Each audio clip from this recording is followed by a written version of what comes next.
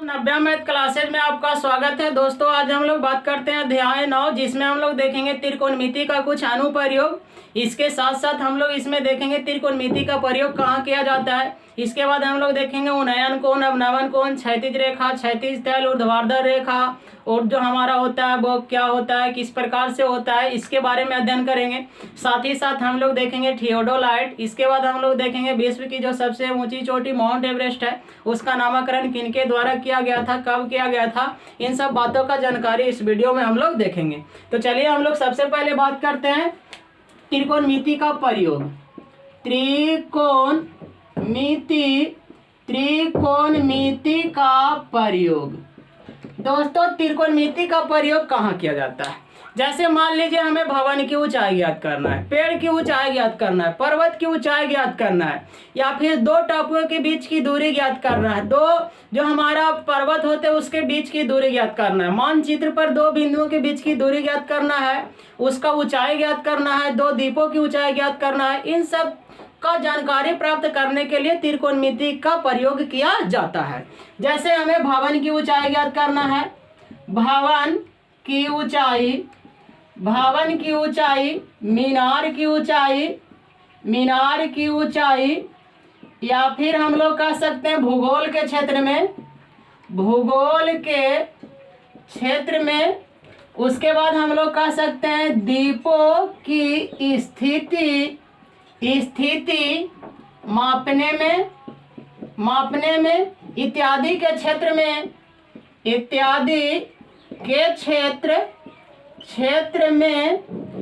त्रिकोणमिति का प्रयोग किया जाता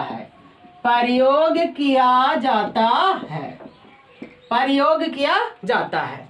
यानी हम लोग देखते हैं बालक, त्रिकोणमिति का प्रयोग भवन की ऊंचाई, मीनार की ऊंचाई, भूगोल के क्षेत्र में द्वीपों की स्थिति मापने में इत्यादि के क्षेत्र में हम लोग त्रिकोणमिति का प्रयोग करते हैं। इसके बाद हम लोग देखते हैं दोस्तों, एक हमारा होता है आखिर हम लोग का जो सबसे ऊंची चोटी माउंट एवरेस्ट है, उसका नामकरण किनके द्वारा किया गया था, किस चीज से नापा गया था।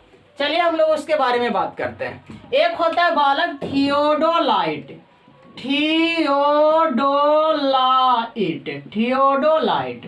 थियोडोलाइट एक प्रकार का यंत्र है जिसको हम लोग मानचित्र के अध्ययन में प्रयोग करते हैं। जैसे मान लीजिए हमें मानचित्र में दो बिंदुओं के बीच की स्थिति पता करना है, या हम लोग जो हमारा पृथ्वी है, पृथ्वी पर दो बिंदुओं के बीच की दूरी पता करना है, उसका स्थिति पता करना है, उसका ऊंचाई पता करना है। तो इसके प्रयोग में हम लोग उसके बीच का, दो बिंदुओं के बीच जो हमारा कितना डिग्री का कोण बन रहा है, उसका अध्ययन करने में, पता करने में हम लोग थियोडोलाइट का प्रयोग करते हैं।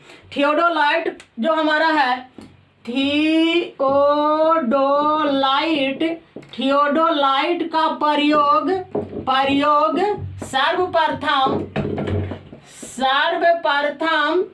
सर्वप्रथम सर जॉर्ज माउंट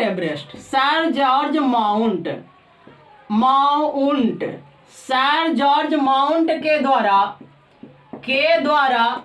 विश्व की सबसे ऊंची चोटी माउंट एवरेस्ट को मापने में किया गया था। यानी जो हमारा थियोडोलाइट है बालक, थियोडोलाइट का प्रयोग जो किया गया था सर्वप्रथम सर जॉर्ज माउंट के द्वारा किया गया था, जिसमें हमारा जो विश्व की सबसे ऊंची चोटी माउंट एवरेस्ट है उसको मापने में किया गया था। कब किया गया था? जो ऊंची चोटी है उसका मापना का जो स्टार्ट किया गया था वो किया गया था 1852 ईस्वी में। 1852 ईस्वी में विश्व की सबसे ऊंची चोटी का पता लगा लिया गया था कि विश्व की सबसे ऊंची चोटी माउंट एवरेस्ट है। लेकिन इसका नामकरण उस समय नहीं किया गया था। 1852 ईस्वी में उसका नामकरण नहीं किया गया था। नामकरण कब किया गया था? 1856 ईस्वी में। जो हमारा माउंट एवरेस्ट है, माउंट एवरेस्ट का नामकरण 1856 ईस्वी में किया गया था। किन वैज्ञानिक के नाम पर किया गया था? तो हमारा सर जॉर्ज माउंट के नाम पर किया गया था, क्योंकि ये जो वैज्ञानिक है सर जॉर्ज माउंट, इनके लास्ट में माउंट आता है, इसीलिए उस जो चोटी था उस चोटी का नाम रख दिया गया माउंट एवरेस्ट। माउंट एवरेस्ट किनके नाम पर? सर जॉर्ज माउंट के नाम पर। क्यों रखा गया? क्योंकि इनके द्वारा ही पता लगाया गया था कि विश्व की सबसे ऊंची चोटी माउंट एवरेस्ट है। उसका नामकरण कब किया गया? 1856 ईस्वी में। पता लगाया कब गया था? 1852 ईस्वी में। तो आशा करते हैं समझ गए होंगे। आगे हम लोग देखते हैं दोस्तों, जो हम लोग इस चैप्टर में अध्ययन करेंगे मुख्य रूप से उसके बारे में। चलिए, जैसे हम लोग मान लेते हैं यह हमारा एक मीनार है, संचार मीनार है, यह हम लोग मान लेते हैं भवन है। ये हमारा क्या दोस्तों? भवन।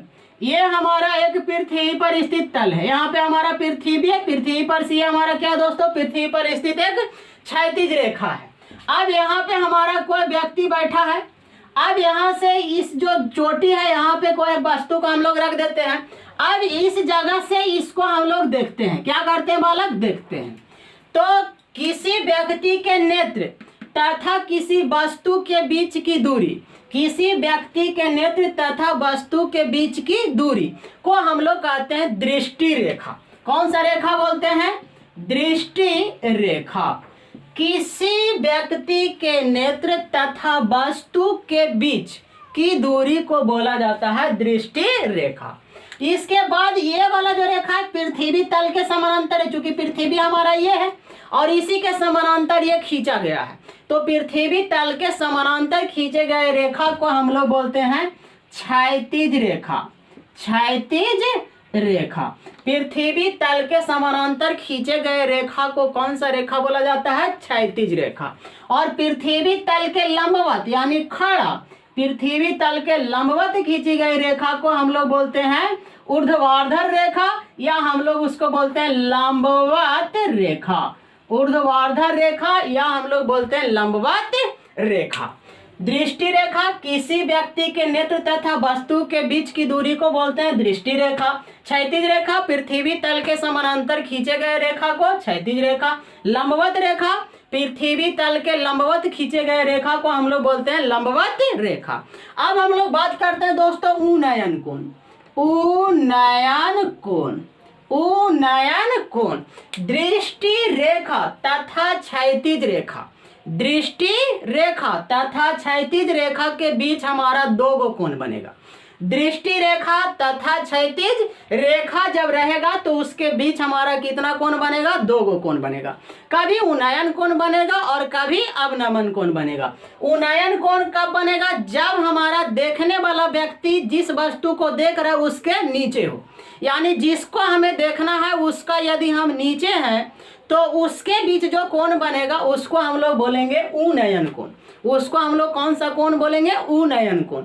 और जब हम जिस बिंदु पर देख रहे हैं उस बिंदु से यदि हम किसी वस्तु को नीचे करके देख रहे हैं, यानी हम जहाँ पे स्थित है वो वहाँ से वो वस्तु नीचे स्थित है, तो उसके बीच जो हमारा कोण बनेगा उसको बोलेंगे अवनमन कोण। यानी अवनमन कोण में वस्तु हमारा नीचे होगा और उन्नयन कोण में वस्तु हमारा ऊपर होगा। अवनमन कोण बनेगा तो हमारा मुंडी नीचे की ओर रहेगा और जब उन्नयन कोण रहेगा तो हमारा मुंडी ऊपर की ओर होगा। यानी किसी वस्तु को ऊपर की ओर देखेंगे तो हमारा उन्नयन कोण और नीचे की ओर देखेंगे तो अवनमन कोण।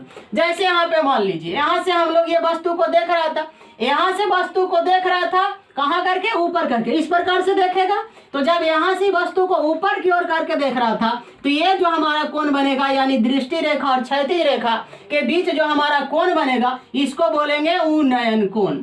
उन्नयन कोण, इसको हम लोग कौन सा कोण बोलेंगे? उन्नयन कोण। यानी जब हमारा वस्तु किसी व्यक्ति से ऊपर हो, यानी व्यक्ति के नेत्र से वस्तु ऊपर हो तो उसके बीच जो हमारा कोण बनेगा उसको बोलेंगे उन्नयन कोण। और अवनमन कोण कब बनेगा? जैसे मान लीजिए हमारा यहाँ पे वस्तु है और ये हमारा मीनार था, ये पृथ्वी तल के स्थित खड़ा है। अब हम ही यहाँ पे खड़ा हो गए, यहाँ पे हम लोग क्या हो गए? खड़ा। और यहाँ से हम लोग इस वस्तु को क्या कर रहे हैं? देख रहे हैं। यहाँ से इस वस्तु को हम लोग क्या कर रहे हैं? देख रहे हैं। अब यहाँ आएंगे और यहाँ से ऐसे करके देखेंगे अखियाँ फाड़ के। अब यहाँ से हम लोग ऊपर जाकर देखेंगे नीचे की ओर, तो इसके बीच जो हमारा ये कौन सी हो गया, दृष्टि रेखा। ये हमारा कौन सा हो गया, दृष्टि रेखा। अब देख कर रहे हैं इसके, ये हमारा तल था, इसके तल के समानांतर यहाँ भी हम लोग एक रेखा खींचेंगे जो हमारा हो जाएगा क्षैतिज रेखा। क्षैतिज रेखा, क्षैतिज रेखा। अब हम लोग क्या करेंगे, जब यहाँ पे वस्तु ऊपर है, देख रहे हैं नीचे की ओर, तो इसके बीच जो ये वाला कोण बन रहा है, इस कोण को हम लोग कौन सा कोण बोलेंगे, अवनमन कोण। अवनमन कोण है ना, यानी अवनमन कोण में वस्तु कहाँ होगा, नीचे की ओर, और उन्नयन कोण में वस्तु कहाँ होगा, ऊपर की ओर। लेकिन इतना ध्यान देना है कि अवनमन कोण और उन्नयन कोण, अवनमन कोण और उन्नयन कोण आपस में क्या होते हैं, बराबर होते हैं। अवनमन कोण और उन्नयन कोण आपस में क्या होता है, बराबर। यानी उन्नयन कोण अब बराबर हमारा क्या होगा, अवनमन कोण। उन्नयन कोण बराबर हमारा क्या होगा, अवनमन कोण। एक बार फिर हम लोग अच्छी तरीका से समझ लेते हैं इसको। जैसे यहाँ पे हम लोग मान लीजिए ये हमारा एक प्रकार का वस्तु है, ये हमारा संचार मीनार है ना। यहाँ पे हम लोग खड़ा है और यहाँ से इस वस्तु को देख रहे हैं, तो ये हमारा कोण कौन सा कोण हो जाएगा, ये कौन सा कोण हो जाएगा, उन्नयन कोण। उन्नयन कोण, क्यों उन्नयन कोण होगा, क्योंकि वस्तु को हम लोग नीचे से कहाँ देख रहे हैं, ऊपर की ओर। यदि हम लोग इसी प्रकार से है और हम लोग यहाँ से देख रहे हैं, इसको देख रहे हैं यहाँ से, जब यहाँ से हम लोग इसको देखेंगे, यहाँ से हम लोग इसको देखेंगे, तो ये इसके बीच जो हमारा कोण बनेगा उसको हम लोग कौन सा कोण बोलेंगे, अवनमन कोण।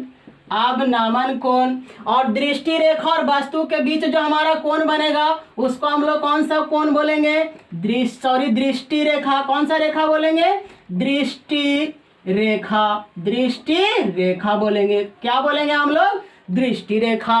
पृथ्वी तल के समानांतर जो रेखा खींचेंगे उसको हम लोग क्या बोलेंगे, क्षैतिज रेखा। क्या बोलेंगे, क्षैतिज रेखा। और पृथ्वी तल के लंबवत जो हमारा रेखा होगा उसको हम लोग क्या बोलेंगे, लंबवत रेखा। क्या बोलेंगे, लंबवत रेखा। और उन्नयन कोण और अवनमन कोण। अवनमन कोण, अवनमन कोण आपस में क्या होता है, बराबर होता है। क्या होता है, बराबर होता है। उन्नयन कोण और अवनमन कोण आपस में क्या होते हैं, बराबर होते हैं। बस इस चैप्टर में आप लोग को यदि आप समझ गए क्षैतिज रेखा क्या होता है, दृष्टि रेखा क्या होता है, उन्नयन कोण क्या होता है, अवनमन कोण क्या होता है, तो आपको इस चैप्टर में कोई परेशानी नहीं होगी। तो दोस्तों आशा करते हैं आपको यह वीडियो अच्छा लगा होगा। अच्छा लगा होगा तो अपने दोस्तों के साथ शेयर कीजिए, लाइक कीजिए, और यदि इस चैनल पे नए हैं तो चैनल को सब्सक्राइब कर लीजिए ताकि जो भी वीडियो अपलोड हो उसका सबसे पहले नोटिफिकेशन आपको प्राप्त हो। फिर मिलते हैं एक नए वीडियो में एक नए टॉपिक के साथ, तब तक के लिए बाय।